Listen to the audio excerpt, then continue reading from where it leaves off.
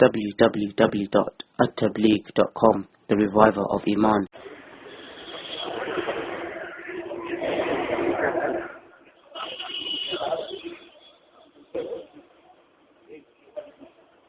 وہ پرچہ کے تو نیچے نیچے اونچا کرنا چاہیے.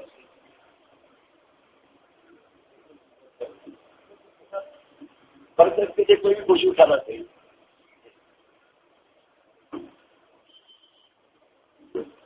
بازار سے کرتے ہیں سرپرستی کرو.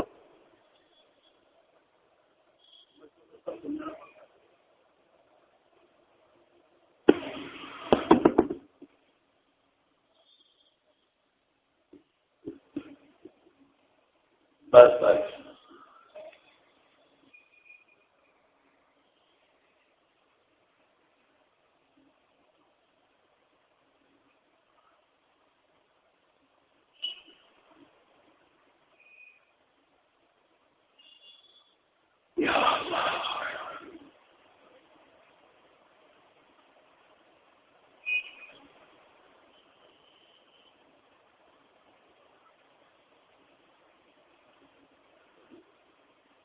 الحمد لله نحمده ونستعينه ونستغفره ونؤمن به ونتوكل عليه ونعوذ بالله من شرور أنفسنا ومن سيئات أعمالنا ونعوذ بالله من شرور أنفسنا ومن سيئات أعمالنا من يهده الله فلا مضل له ومن يضلله فلا هادي له ونشهد أن لا إله إلا الله وحده لا شريك له ونشهد أن سيدنا ونبينا وحبيبنا وشفيعنا وسندنا ومولانا محمدا عبده ورسوله أرسله بالحق بشيرا ونذيرا وداعيا إلى الله بإذنه وسراجا منيرا صلى الله تعالى عليه وعلى آله وأصحابه وبارك وسلم تسليما كثيرا كثيرا. أما بعد،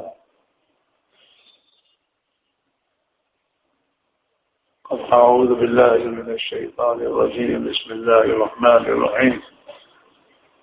إنما يخشى الله من عباده العلماء. صدق الله مولانا العظيم. محترم دوستو، بزرگ بھائیو،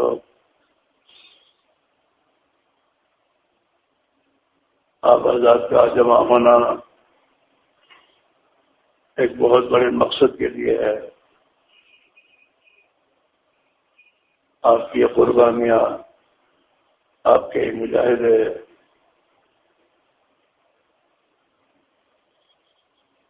اس پر اللہ تعالی شان ہو اپنے خزانوں سے جو بدلہ دیں گے اسے آدمی تصور نہیں کر سکتا.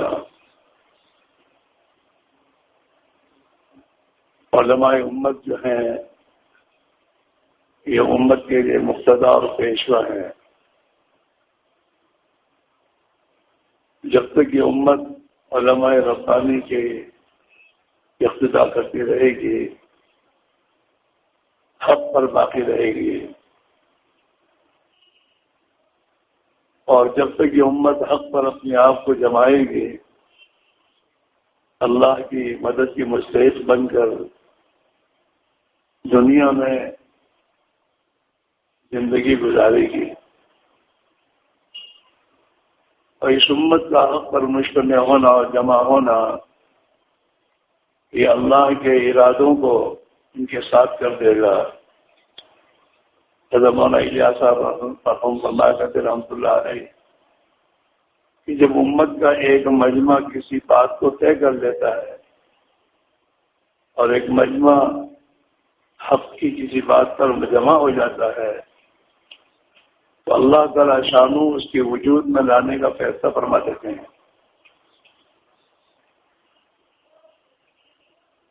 اس ملک پر مختلف حالات گزرے ہیں جس سے آپ واقف ہیں،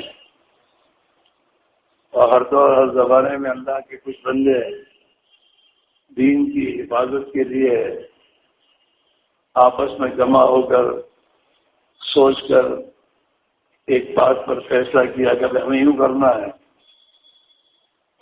تو اللہ تعالیٰ شاہدوں نے اس کو وجود دیا ہے۔ آپ مجھ سے زیادہ ان تمام واقعات سے حالات سے واقف ہیں کہ انگریز کے دور میں انگریز نے جو اپنی ایک مکاری کی لائن سے جو اسکیمیں سوچی تھیں کہ ہندوستان سے کسی طریقے سے اسلام کو ختم کر دیا جائے، یہ اس کی اپنی اسکیم تھی۔ وہ تو بہت ہی دور کی سوچتا ہے۔ اس کے سامنے ہندوستان کے علماء حقانی کی تاریخ تھی، اور اس کے سامنے اہل باطل کے مقابلے میں جو علماء حقانی نے قربانیاں دی ہیں اس کو وہ سمجھتا تھا۔ اس لیے اس کی سب سے پہلی فکر یہ تھی کہ ہندوستان سے دین ختم ہو اور ہندوستان کے علماء حقانی جو ہیں یہ ختم ہو جائیں، تاکہ ہم دنیا میں باطل کو آزادی سے پھیلا سکیں۔ لیکن اللہ کا شکر ہے ہمارے اسلاف نے اپنی تمام قربانیاں، جانی مالی قربانیاں دے کر دین کی حفاظت کے لیے تمام تدبیریں سوچی۔ اس میں پہلی بنیاد تو یہی تھی دعوتوں کی بنیاد کا ڈالنا اور مکاتب قرآنیہ اور میرے دوستوں اپنے ملک میں جگہ جگہ پر قائم کرنا، اور ان تمام محنتوں کے لیے اپنی جانی مالی قربانی دینا،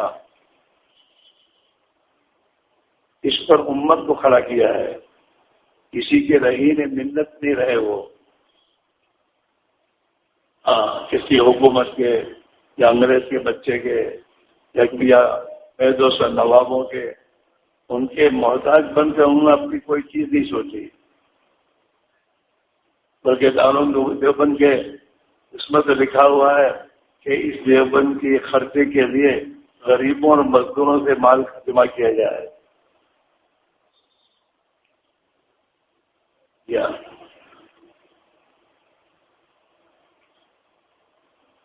ہمارے یہاں گودرے میں آج سے 50-70 سال پہلے ایک ہمارے عالم دین تھے مولانا عبدالرحمان صاحب، انہوں نے بنیاد ڈالی مدرسے کی، اور مدرسے کی بنیاد ڈالنے کے بعد وہاں باہر کے بچے پڑھتے تھے، اس کے تمام انتظامات میں چٹکی آٹا یہ ان کی بنیاد تھی۔ طلباء کے پڑھنے والے طلباء کے کھانے کا انتظام کرنے کے لیے چٹکی آٹے کی بنیاد ڈالی انہوں نے۔ پہلے گھروں میں آج کی چکی سے آٹا پیسا جاتا تھا، تو ہر گھر میں ایک مٹی کی وہ دستک دیتے تھے، اس گھر کی اور روزانہ جو اپنا آٹا پیستی تھی اس میں سے ایک چٹکی اس میں ڈال دیتے تھے۔ جمعرات کے روز مدرسے کی طرف سے ایک ہاتھ لاری لے کر ہر گھر پر جاتا تھا، اس کو لے آٹا اس میں لے آتا تھا، اور پھر مدرسے میں اسی آٹے سے روٹی پکا کر طلبا کو کھانا کھلاتے تھے، وہ پڑھاتے تھے۔ کسی مالدار کے پاس جا کے پیسے نہیں مانگے، نہیں ہمارا کام چل رہا ہے۔ تو یہ ہمارے بزرگوں کی، ہمارے بڑوں کی بنیادیں تھیں، انہوں نے اپنے ہر کام کی بنیاد اللہ کے بھروسے پر رکھی، اللہ کے اعتبار پر۔ چاہے دیوبند کا مدرسہ شروع ہوا انار کے درخت کے نیچے۔ ہم جب پڑھتے تھے 1965 میں تو ہم نے انار کا درخت دیکھا ہے، ابھی تو پتہ نہیں ہے کہ نہیں۔ چھتے والی مسجد میں انار کا درخت ہے، ہمارے بڑوں نے اس دین کی حفاظت کے لیے اللہ کے نبی کے نہج پر ہر چیز کو سوچا. تعلیم کا نہج اسی نہج سے سوچا. بنیادیں ڈالی، علم کی بنیاد ڈالی. مشائخ نے اپنے زمانے میں خانقاہوں کی ترتیبیں بنائیں، اور اسی زمانے میں حضرت مولانا الیاس رحمۃ اللہ علیہ کو اللہ نے اس بات کی توفیق دی کہ وہ سوچتے رہے کہ امت کے عوام کا حال جو ہے، اس لیے کہ ان کے سامنے تو میواتی قوم کے حال کے حالات تھے.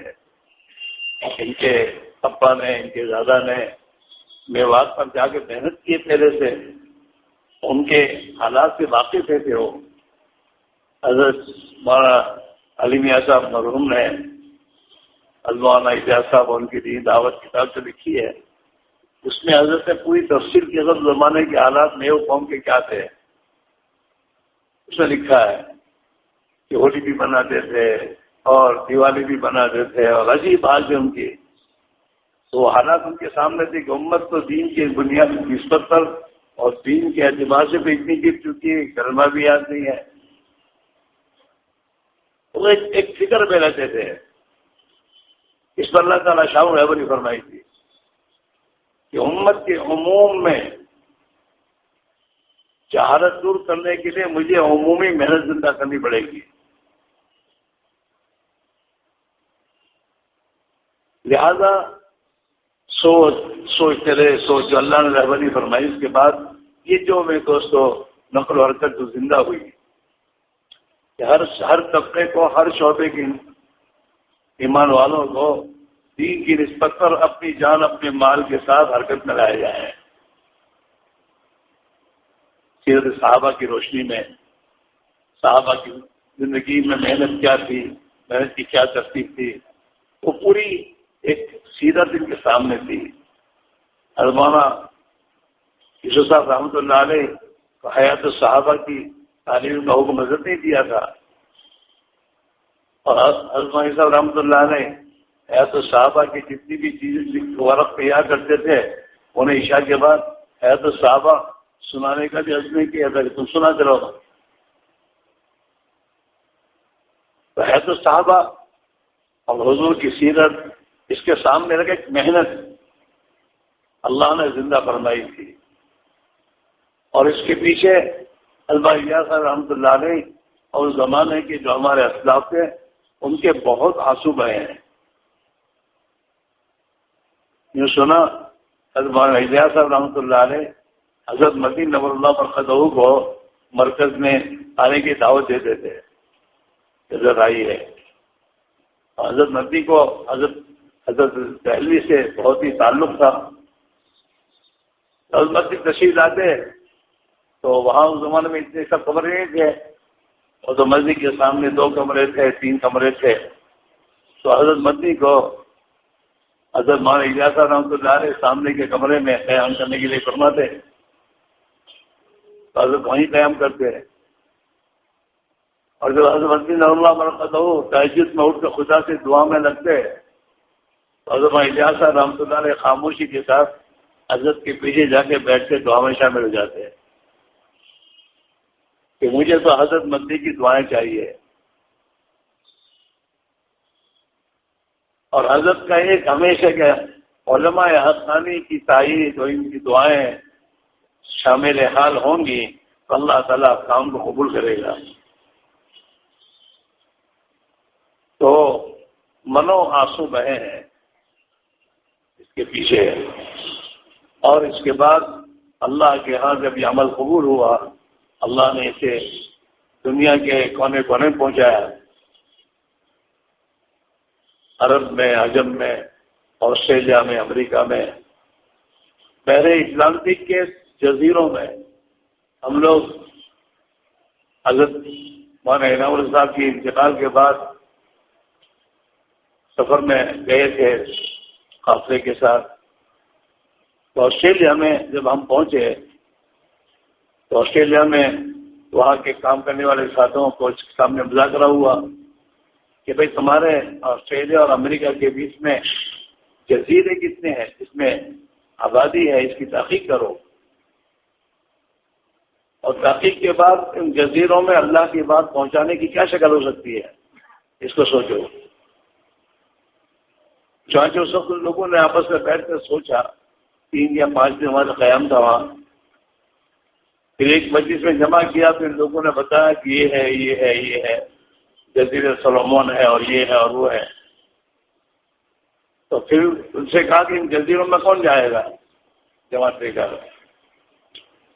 تو وہاں کے ساتھی میں کسی کب نہیں جاؤں گا، وہ ہر ایک کو ایک ایک جزیرے کی ذمہ داری دی، اور انہوں نے ان جزیروں میں اپنی جماعتیں ڈالنے کے لیے طے کیا۔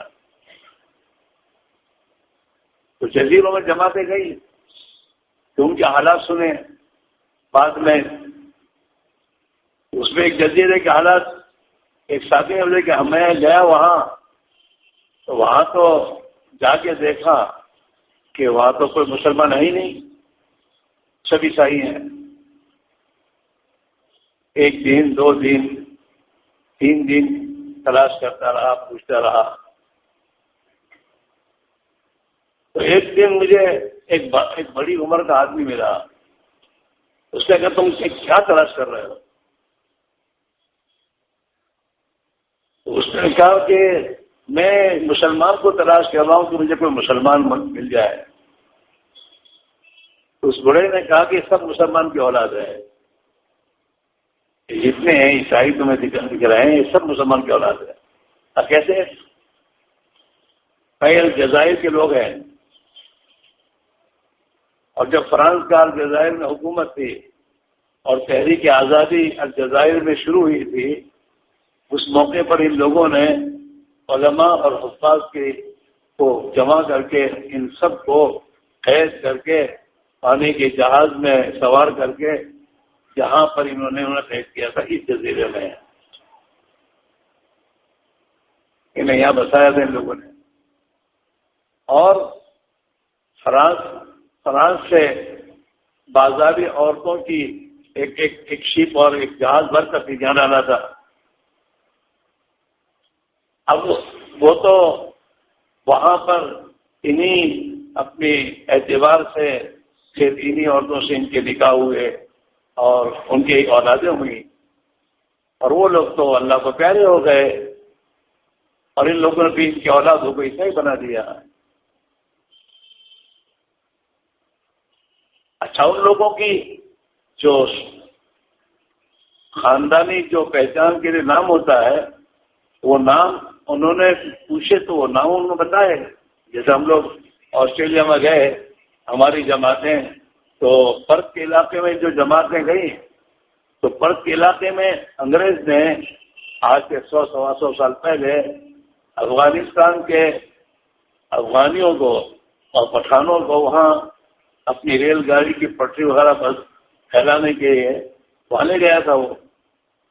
وہ لوگوں نے شرط لگائی تھی، ایک تو ہم سور نہیں کھائیں گے، نماز پڑھیں گے، تو تمام شرائط انہوں نے منظور کر کے ان کو ہم لے گئے تھے۔ وہ تو اس زمانے کی ایک مسجد ابھی بھی ہے، تو مسجد بھی بنائی تھی انہوں نے وہاں، اور وہاں پر وہ کام کرتے تھے، تو وہ تو لوگ دیندار تھے، لیکن جب ان کے اوقات پورے ہو گئے تو ان لوگوں نے وہ تو اللہ کو پیارے ہو گئے۔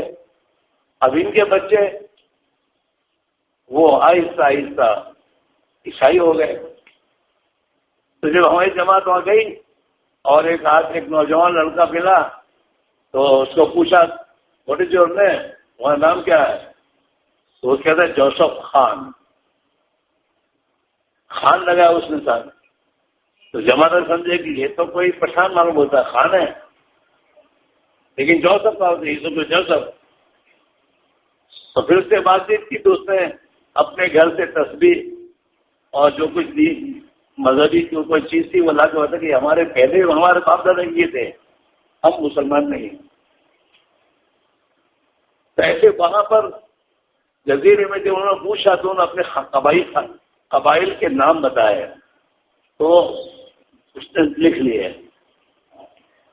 محنت کرنے کے نتیجے میں 2-4 میں کلمہ بھی پڑھا اور یہ کر کے پھر وہ جب واپس آئے پھر جماعت بھیجی تو خیر 5 مسلمان ہوتے گئے وہ لوگ. لیکن پھر نے دیکھا کہ یہ الجزائر کے ہیں تو ہم الجزائر والوں کو کیوں خط نہ لکھیں, ہم کو تیار کیوں نہ کریں, ان کی جماعت یہاں کیوں نہ بلائیں. تو پھر الجزائر سے ہم لوگوں نے جماعت کو بلایا اور اس جزیرے میں انہوں نے جا کر محنت کی اور ان کے خاندانی جو نام تھے وہ سب دیکھے تو وہ انہیں کے تھے. الحمدللہ محنت کے نتیجے میں اس جزیرے میں بہت اکثریت سے دوستوں اسلام کی طرف لوٹ آئی. وہ جزیرے, ان جزیروں کو تلاش کیا باقاعدہ. بہت جزیرے ہیں جہاں مسلمان آباد ہیں لیکن انہیں اسلام سے کوئی جھگڑے نہیں ہے. میں مسلمان ہوں باقی اسلام سے مجھے کچھ علم نہیں ہے. اللہ رب العزت نے یہ ایک محنت چالو کرائی اس امت پر رحم کھا کر. ابھی بھی ہم بھی ہندوستان میں ہمارے گجرات کی بات ہے, ہم لوگوں نے گجرات میں پہلے جماعتیں چلائی دیہاتوں میں کہ ایک ایک دیہات میں جاؤ. ہمارے حضرت قاضی صاحب رحمۃ اللہ علیہ تھے مرحوم, وہ تو کہتے تھے وہاں پر مسلمان ہو یا نہ ہو وہاں پر ٹھہرو درخت کے نیچے, اذان کہو, 5 وقت کی نماز پڑھو, تعلیم کرو, اعمال کرو اور برادر وطن ان سے کچھ ملاقات کر تو ملاقات کر کے ان سے اللہ کی بڑائی وغیرہ کی بات ہے کیا آگے بڑھو تاکہ ایک عملی طور پر تو دعوت پہنچ جائے ان سے. لیکن پھر ہم نے یہ کہ بھئی ہم جائیں دیہاتوں میں, اگر ایک بھی گھر مسلمان کا وہاں ہے تو وہاں ہماری جماعت کو 24 گھنٹے ٹھہرنا ہے اور ٹھہر کر اسے اپنے جہاں ٹھہرے وہاں لا کر تعلیم میں شریک کرنا, اسے کلمہ سکھانا. تو ہماری ایک جماعت ایک دیہات میں گئی تھی تو وہاں پر ہم لوگوں نے, وہاں مسجد تو ہوتی نہیں, تو درخت کے نیچے ٹھہرنے کی ترغیب دی ساتھ ہوئے, درخت کے نیچے ٹھہرو اور اپنے ساتھ راشد لے کے جاؤ, اگر سایہ کرنے کی ضرورت اسے کر لو اور رہو وہاں. تو اللہ ہمارے ساتھیوں کو انہوں نے ہمت کی اور چلنا شروع کیا. تو درختوں کے نیچے ٹھہرتے اور تلاش کرتے اس دیہات میں مسلمان ہے کہ نہیں.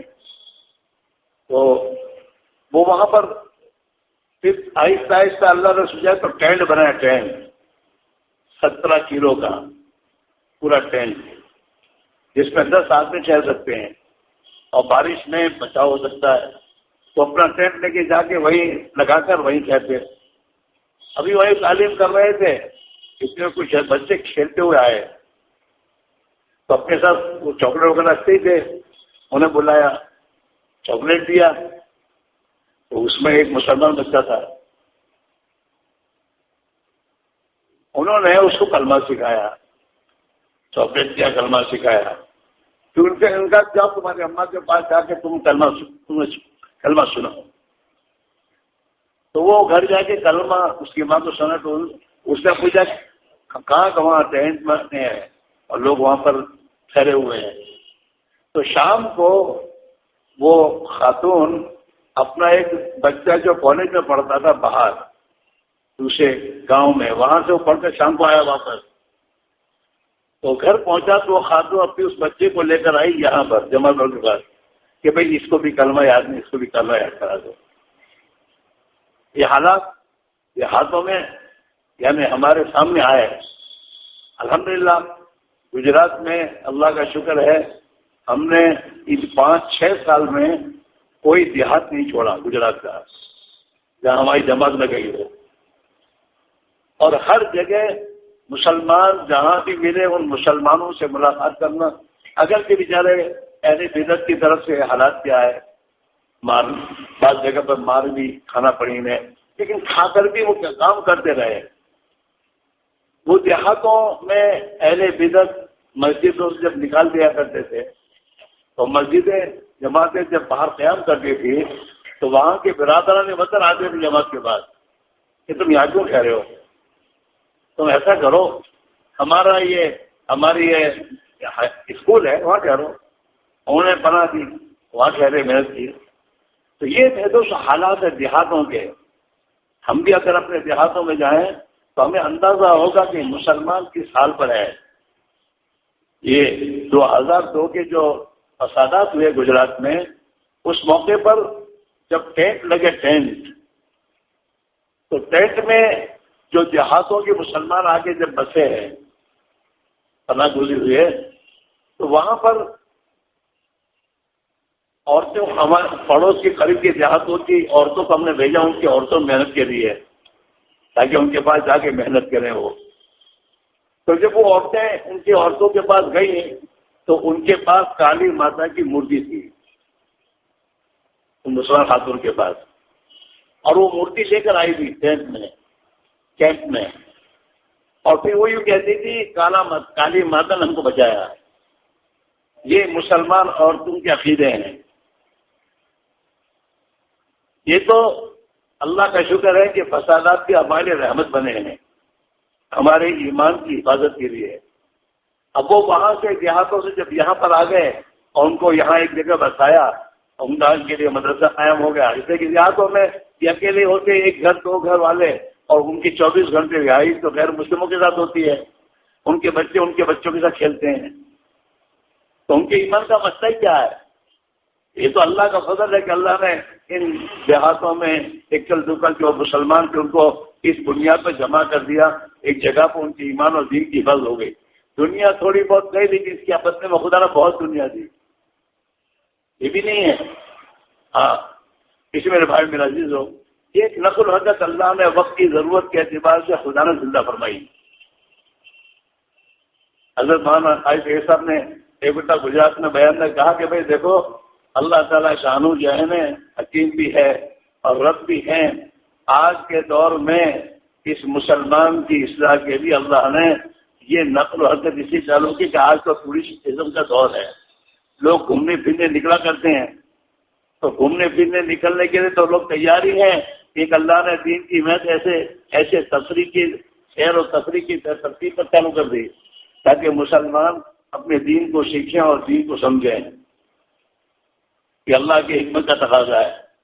تو یہ نقل و حرکت میں دوستو الحمدللہ زندہ ہوئی، جس کے نتیجے میں مسلمان کے ایمان کی حفاظت کا ارتقا ہوئی.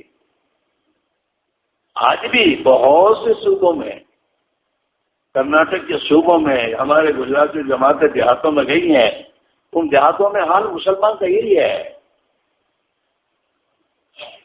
ہاں، ایک جگہ پر ملاقات کے لیے گئے تو وہاں کہا کہ بھائی کہاں ہے؟ تو اس کو مندر میں ہے.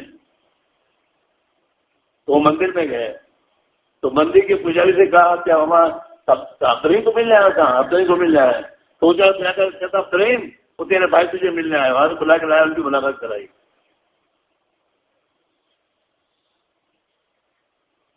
حالات یہ ہیں. ایک دیہات میں مسجد کے متولی نے پوری مسجد کی کرایہ دے دی، اس کی ملاقات کے لیے ایک جماعت کہ میں ایسا کیوں کیا تم نے؟ تو کوئی نماز پڑھنے آتا نہیں تھا اور مسجد کا بل وغیرہ بھرنے کا ہوتا تھا تو میں نے اس کو کرایہ بھی دے دی.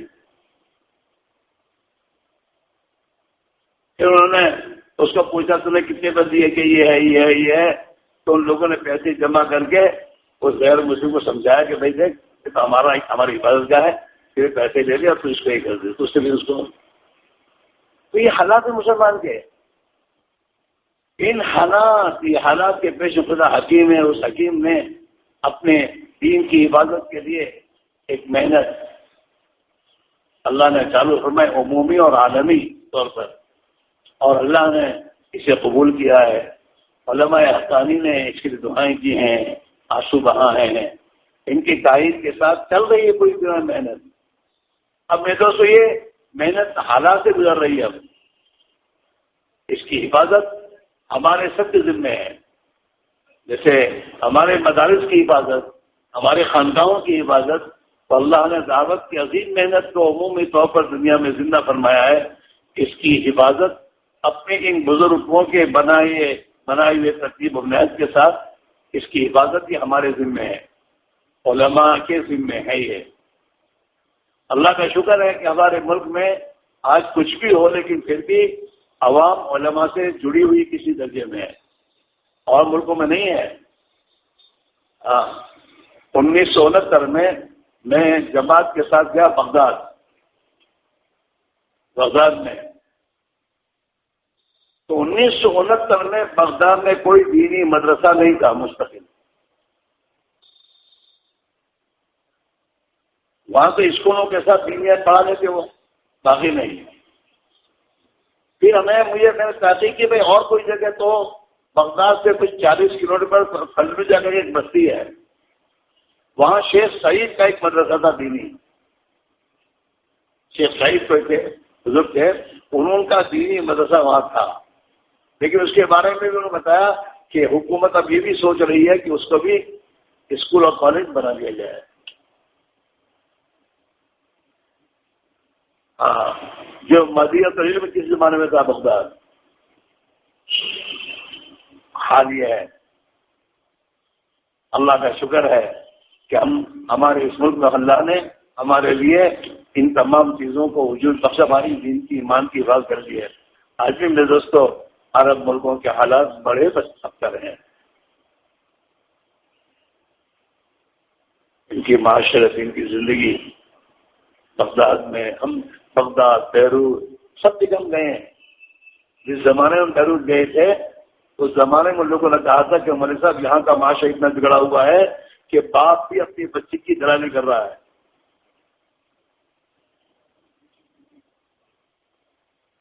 یہ حالات ہیں وہاں کے. یوں ہی میرے دوست حالات نہیں آئے ہیں.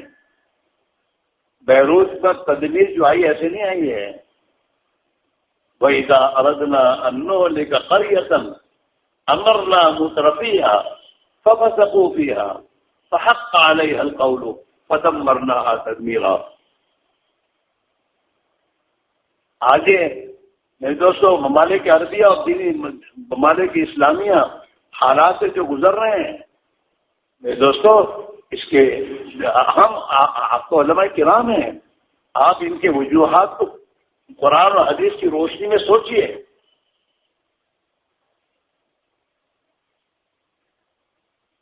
تو اندازہ ہوگا.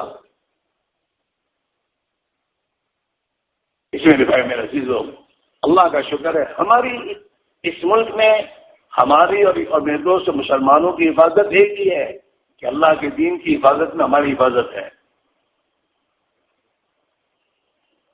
ہاں، یا غلام احفظ اللہ یحفظ. اللہ نبی صاحب کہا ہے یا غلام احفظ اللہ یحفظ، احفظ اللہ تجد تجاہک. حفاظت دین میں ہماری حفاظت ہے. اور یہ اللہ نے الحمدللہ ہمارے مدارس قائم کیے، ہمارے میرے دوستوں علوم قائم کیے ہیں. یہ دین کی حفاظت کے تمام شعبے ہیں. ہمارے قائد صاحب رحمۃ اللہ کو کہا کرتے تھے کہ دیکھو ان مدرسوں والوں کی اور ان مکاتب والوں کی ہم پر بڑا احسان ہے، ہم ان کا شکر ادا کریں. پھر فرماتے تھے تم لوگ تبلیغ میں لوگوں کو لے جاتے ہو اور لے جا کر انہیں دین کی طرف پیدا کرتے ہو، اور دین کی طرف جب پیدا ہوگی تو ان کے لیے مدرسوں کا انتظام تمہیں کرنا پڑتا. اللہ کا احسان مانو کہ تمہارے لیے مدرسوں کا انتظام کرتے ہیں، تمہیں ایک طرح سے فارغ کر دیا. لہٰذا ان کا احسان مانو کہ ہمارے مدارس والے، ہمارے مکاتب والے اپنی فکر سے مکاتب مدارس کو چالو کرتے ہیں، اور ہمارے بچے اور جن میں تم طلب دین کی پیدا کرتے ہو ان کے بچوں کی تعلیم کا انتظام ہو رہا ہے. یہ تمام بیکار باتیں ہیں میرے دوستوں. یہ جو میرے دوستوں دہکی باتیں کرتے ہیں، ان دہکی باتیں کرنے والوں کی باتوں سے کوئی یہ نہیں ہوتا. وہ تو اللہ ہی جانتا ہے کون. فَلَا تُزَكُّوا أَنفُسَكُمْ هُوَ أَعْلَمُ بِمَنِ اتَّقَىٰ. کس کی خدمت اللہ کے قبول ہے، کس کی خدمت قبول نہیں ہے، وہ تو اللہ ہی جانتا ہے. لہٰذا میرے دوستوں جو بھی خدمت دین کی اللہ کے لیے جو بھی کرے گا اللہ کے یہاں وہی مقبول ہوگا. ہاں، کسی بھی بھائیوں مشہور ہونا اور بات ہے، مقبول ہونا اور بات ہے. مشہور ہونا بہت آسان ہے. مشہور تو آدمی گناہوں سے بھی ہو جاتا ہے، چوری میں بھی مشہور ہو جاتا ہے، کھیل کود میں مشہور ہو جاتا ہے. مشہور ہونے کی کوئی نہیں ہوتی. اصل مقبولیت اللہ کے یہاں، اور مقبولیت تو صاف بات ہے. ابھی مولانا کا انما العمل بالنیات، آدمی کے عمل جس نیت سے ہوگا وہی اللہ کے لکھا جائے گا.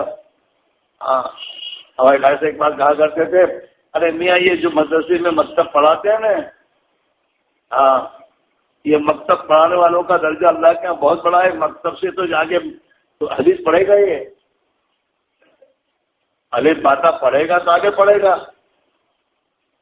لیکن ہمارا حل یہ کہ ہم کچھ اور ہی سمجھتے ہیں. اس کی میرے بھائی میرے عزیز ہو، یہ محنت اس وقت حالات سے گزر رہی ہے.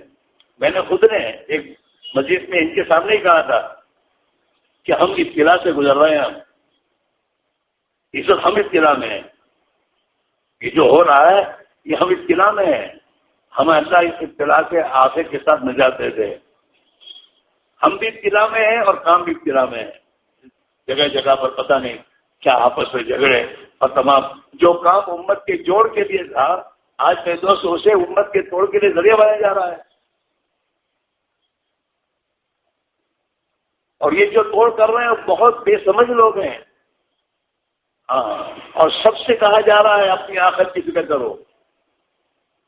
جواب تو اللہ کو دینا ہے. اسماعیل و موسیٰ ہو، جواب اللہ کو دینا ہے. اور کام جب تمہارے بڑے تمہیں یہ بات کہہ کے گئے کام تمہارے پاس امانت ہے تو امانت کی حفاظت کرنا ہمارے ذمے ہے، اور خیانت کرنا میرے دوست ہمارے لیے مصیبت ہے. اور کوئی بات نہیں ہے.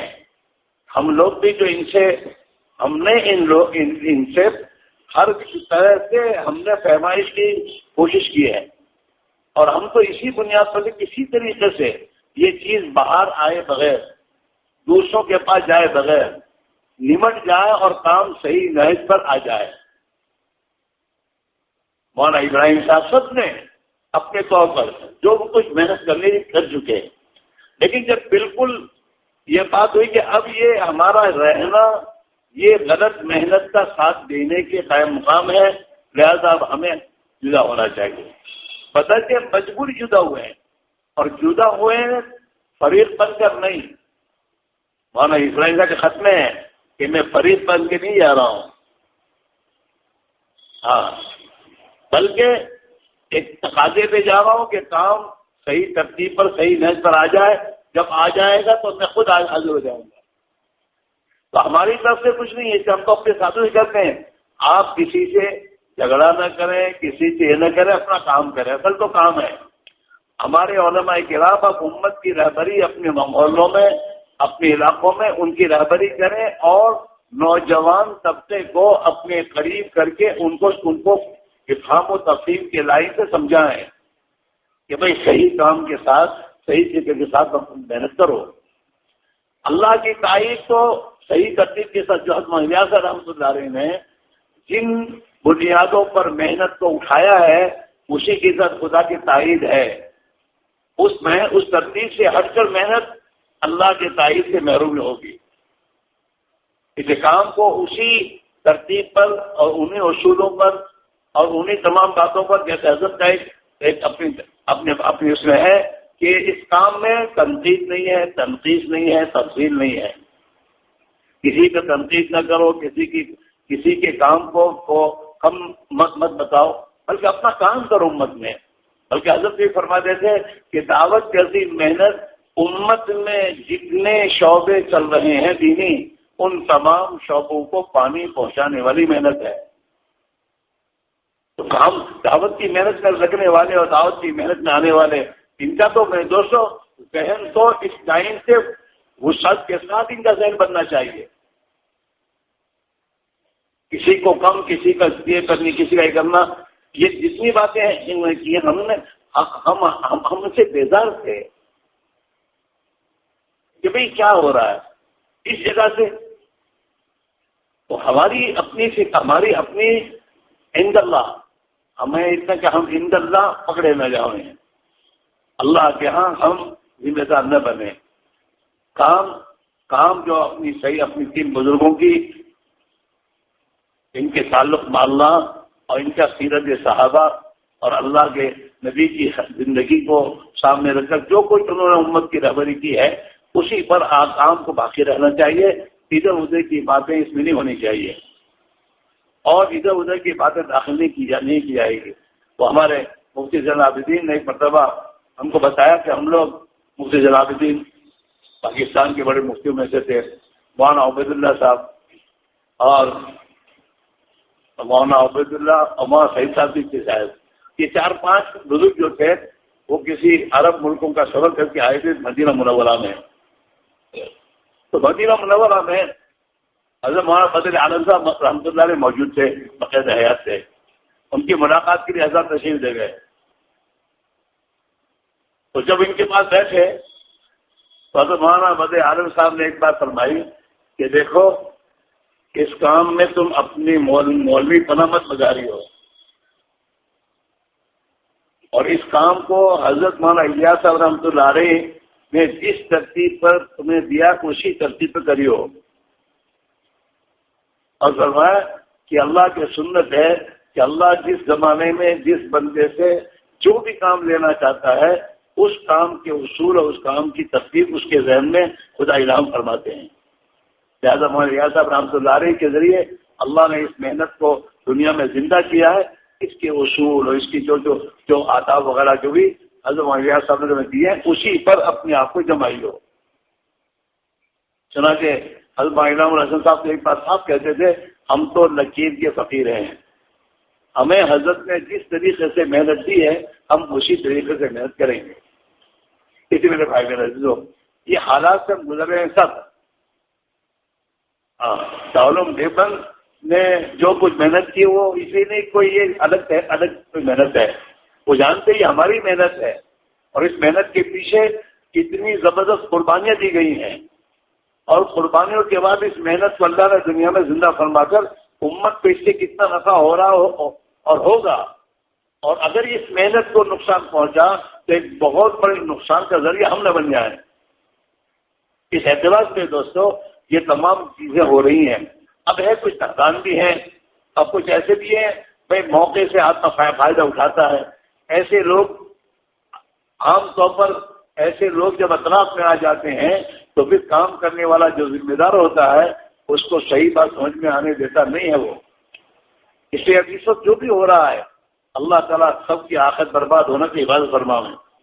مسئلہ آخرت کا ہے، میرا اور سب کا آخرت کا مسئلہ ہے اور اس محنت میں لگنے کا مقصد تو آخرت ہے. ہمارے پاس بہت سے لوگ آتے ہیں ادھر ادھر کی باتیں کرتے کہتے ہیں بھائی دیکھو دنیا کا جہاں تک تعلق تھا دنیا کمانے کے راستے بہت ہیں، کما سکتے تھے ہم، لیکن ان راستوں کو چھوڑ ہم یہاں کیوں ہیں؟ ہم اپنی آخرت بنانے کے لیے آئے ہیں، ہماری آخرت بن جائے. باقی کیا دنیا تو مقدر کی کہیں سے بھی آ جاتی ہے، قدموں میں آتی ہے، اس کو کیا کرنا. اور دنیا والے کروڑ پتی کون سا دنیا میں رہ کے کیا کرتا ہے؟ وہ 1.5 روٹی کھاتا ہے، باقی اس کے مال اس کو کیا فائدہ دیتا ہے؟ ایک جوڑی کپڑا ہماری طرح وہ بھی پہنتا ہے اور 15x15 کے کمرے میں رات گزارتا ہے. باقی مال تو واقعی رکھوالی کرنی پڑتی ہے اسے بھی. تو سوال یہ نہیں ہے، سوال یہ ہے ہماری آخرت بن جائے اور امت کی آخرت بن جائے. امت کی آخرت بنے گی تو خدا دنیا بنا دے گا.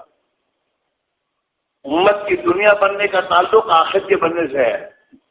جس کی آخرت گزرے گی وہ دنیا میں گزرے گا چاہے مال اس کے پاس ہو دنیا ہو. اسی میرے بھائی میرے عزیز ہو اس وقت آپ حضرات سے ہماری گزارش ہے آپ اپنے اپنے علاقوں میں اس محنت کو اپنا ایک ذمہ داری سمجھ کر اپنی جو ہماری استطاعت ہو اس اعتبار سے ہم کوشش کریں، فکریں کریں. ذہن بنانے کے اعتبار سے ہمیں کسی کے سامنے ہمیں کوئی تقابل مقابلے کے لیے میدان نہیں کھولنا، کہیں بھی نہیں. ابھی ہم دلی جا کر آئے وہاں فیض الہی میں وہاں کے جو ساتھی ہمارے ہیں انہوں نے اپنی محنت شروع کی. فیض الہی کی مسجد ہے وہاں ایک جوڑ تھا سنگل لوک میں، ہم وہاں گئے تھے تو وہاں ہمارے سنور بھائی ہیں بڑے ذمہ دار دلی کے. تو انہوں نے ہمارے بیان وغیرہ کے بعد انہوں نے جو ہدایت دی وہاں کے لوگوں کے بھائی دیکھو یہ تو ایک کام ہے، کام کرنا ہے، کہیں کی بھی جماعت ہے کوئی بھی جماعت ہے اس کی نصرت کرو، اس سے کام لو.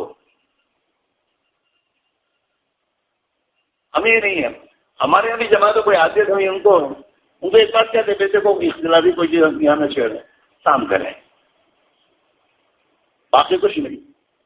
تو وہی دوستوں ایک کام ہے ہم اور آپ اپنے اپنی مسجدوں میں اپنے اپنے محلوں میں وہاں کے جو سیکرٹری وہاں کے جو متولیان حضرات ہیں ان کو ذہن نشین کیا بات کیا ہے، بات اتنی ہے کوئی بات نہیں ہے. لہٰذا جماعتیں اللہ کی نسبت پر آتی ہیں تو ان جماعتوں کو نصرت کرنے کی ہم سب کی ذمہ داری ہے. چاہے دلی میں ہی ہوا، دلی میں جماعتیں گئیں، بعض علاقوں سے بعض علاقوں میں ان لوگوں کو ذہن بنایا ہوگا، تو وہاں کے لوگ جب جماعتوں کو نکالنے کے لیے آئے تو وہاں کے جو سمجھدار لوگ تھے انہوں نے کہا کہ کیوں نکالتے ہو، یہ بھی تو ہی کام کریں، دین کا ہی کام کریں، کیا کر رہے ہیں، اور روک دیا ان کو. تو یہ میرے دوستوں ہر جگہ ایسا نہیں سبھی بے سمجھ ہوتے ہیں، ہر جگہ سمجھدار لوگ ہوتے ہیں.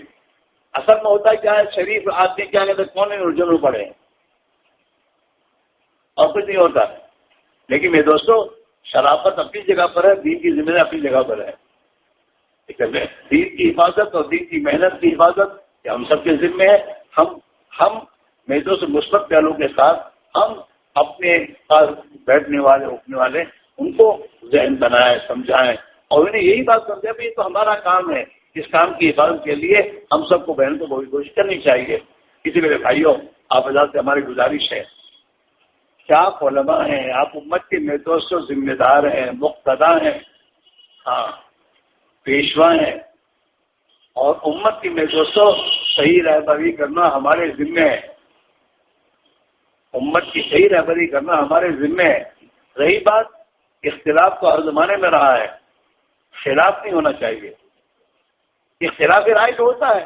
ہمارے مولانا ویس صاحب نے ہمارے سامنے ایک بڑا بیان نقاش کیا کہ بھائی اختلاف کے بھی آداب ہیں، ان آداب کی رعایت کے ساتھ رہنا چاہیے.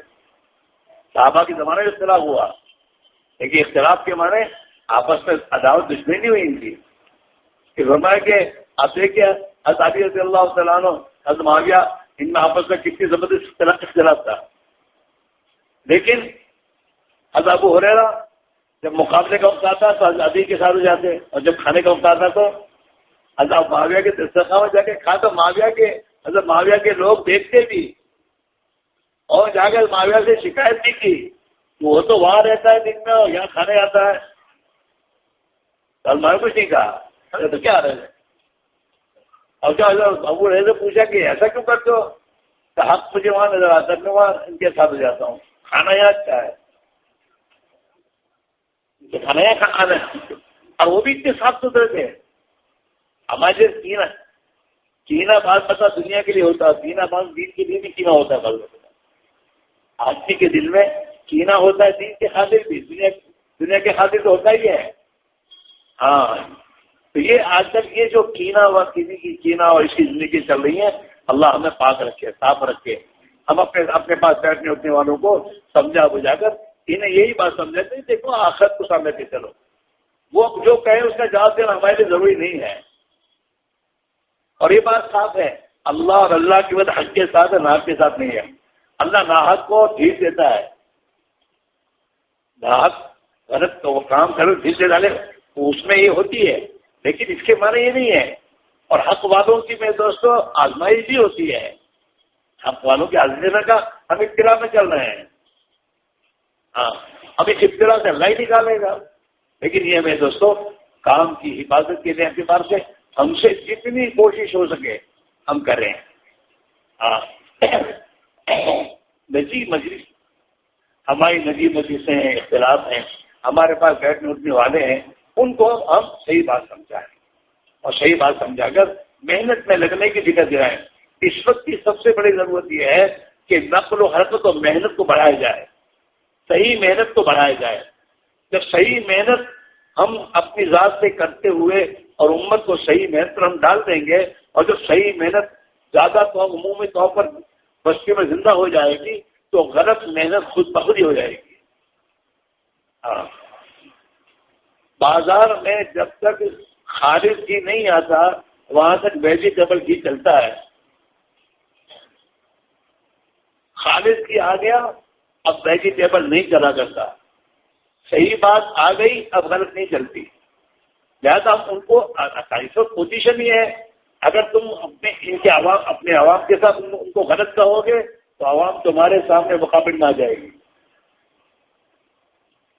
اس لیے کہ 20 سال کی محنت کے نتیجے میں جو آدمی حضرت مولانا انعام صاحب کے زمانے میں 15 سال کا تھا، 16 سال کا تھا، وہ آج کے دور میں 25-35 سال کا ہو گیا. اس نے 20 سال سے انہیں کی بات سنی ہے، اور بزرگوں کے گھر کا آدمی ہے. تو یہ تمام چیزیں ہیں جس کے پیش نظر اگر آپ ذرا بھی ان کے خلاف کہو گے تو وہ تمہارے مقابل میں ہو جائیں گے. مقابلے میں نہ کرو کسی کو اپنا فریق رقیب نہ بناؤ، اپنا فریق نہ بناؤ، بلکہ سمجھانے کی لائن سے دیر لگے گی. ہم نے بہت راحت کے ساتھ بہت سال تک محنت کی ہے. اب ذرا تو مجاہدہ تو کرنا پڑے گا، جھیلنا پڑے گا، سمجھنا پڑے گا، اور اپنی طور پر اپنی کوشش کرنی شروع. لا یہ سوچ رہا ہے ایمان والوں کو خدا کی پہلے دی ہے کہ اللہ کی رحمت سے نا امید تو کسی حال میں نہ بنو.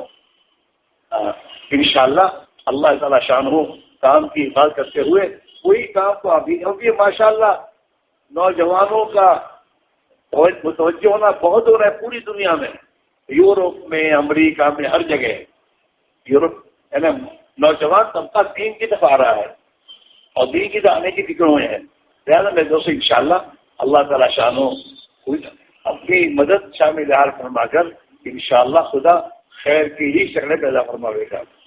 الحمدللہ آج بھی لاکھوں بیچارے غریب اس محنت میں قربانی. یہ محنت ہمارے کرسی کو بیٹھنے والوں کی سے نہیں چل رہی. یہ تو امت کا وہ کسب پرس طبقہ اور مزدور طبقہ اور محنت کرنے والا طبقہ اپنا پیٹ کاٹ کر نسبت خداوندی پر قربانی دے کر اللہ کی راہ میں جو قربانیاں محنت کر رہا ہے اس کے نتیجے میں یہ محنت چل رہی ہے. اور ابھی بھی اللہ کے بندے ایسے ہیں جن کو کام سے معاملہ ہے، باقی یہ تمام چیزوں کو کچھ پتہ ہی نہیں ہے دنیا میں کیا ہو رہا ہے. وہ تو اپنی تبلیغ اپنا گائے اپنی محنت کر رہے ہیں اور اللہ ان سے کام لے رہا ہے. لہٰذا بھی دوستوں آپ اللہ سے ہماری گزارش ہے جتنا بھی آپ سے ہو سکے اس کے لیے فکریں کریں، کوشش کریں، دعاؤں کا اہتمام کریں، اللہ سے دعا مانگیں.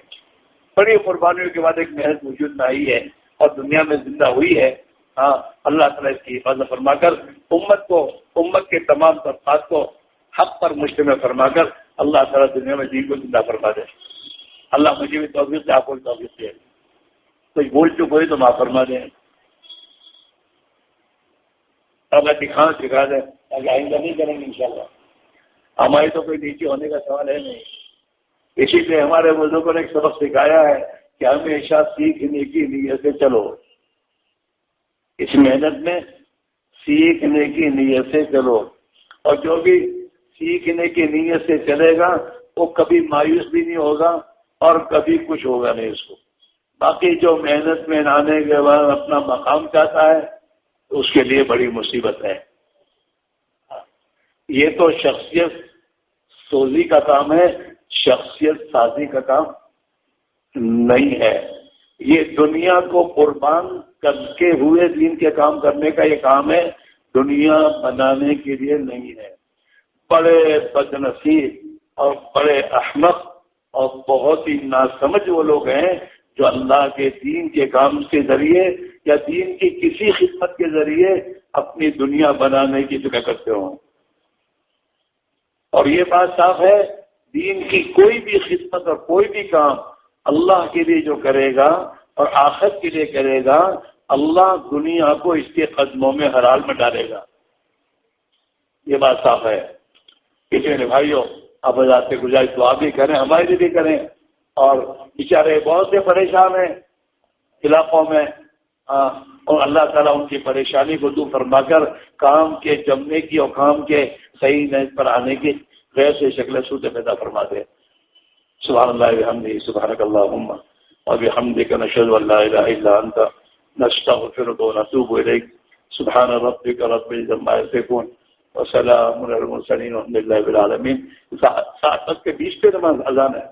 جی 7 پر اذان ہے. اس سے پہلے نیچے الحمدللہ وضو خانے کے پاس چائے کا انتظام کیا گیا. تمام ہی مہمانان حضرات چائے سے فارغ ہو لیں.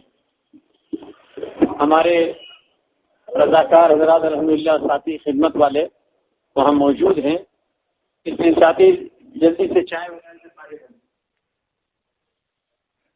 www.attableek.com, the reviver of